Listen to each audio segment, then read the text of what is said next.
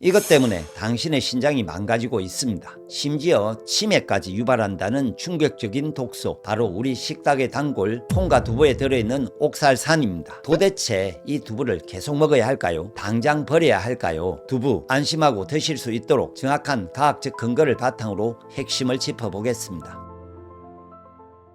우선 옥살산은 결석을 만드는 성분이 맞습니다. 옥살산 공격의 가장 강력한 무기는 바로 신장 결석입니다. 이 주장의 배경에는 반박할 수 없는 생화학적 사실이 있습니다. 우리가 옥살산을 섭취하면 이는 소화관을 거쳐 혈액으로 흡수되고 최종적으로 신장을 통해 소변으로 배출되는데요. 문제는 여기서 발생합니다. 소변 내에 존재하는 칼슘 성분과 옥살산이 만나면 CaC2O4라는 화학식의 옥살산 칼슘이라는 단단한 결정체가 형성됩니다. 이 옥살산 칼슘은 물에 잘 녹지 않는 불용성 물질입니다. 소변 농도가 짙어지거나 결석을 막는 물질이 부족하면 이 작은 결정들이 서로 뭉쳐서 눈덩이처럼 커지게 됩니다. 이것이 신장이나 요관에 자리 잡은 돌, 즉 결석입니다. 요로결석 환자분들이 출산의 고통에 버금가는 극심한 통증을 겪는 이유가 바로 이 돌 때문입니다. 옥살산이 결석을 만드는 성분인 것은 생화학적 사실이 맞습니다. 하지만 우리가 일상적으로 먹는 콩과 두부 안에 있는 옥살산이 과연 그렇게 심각한 결석을 만들까요? 이 부분이 핵심입니다. 결론부터 말씀드리자면 콩과 두부의 옥살산이 신장을 망가뜨린다는 주장은 의학적 근거를 자의적으로 잘못 해석한 완전히 잘못된 주장입니다. 이 주장의 배경에는 반박할 수 없는 생화학적 사실, 옥살산은 칼슘과 만나 결석을 만든다는 것이 사실이지만 그 시작점은 잘못된 지 실험 결과에서 비롯되었습니다. 즉 작은 지에게 사람에 비해서도 너무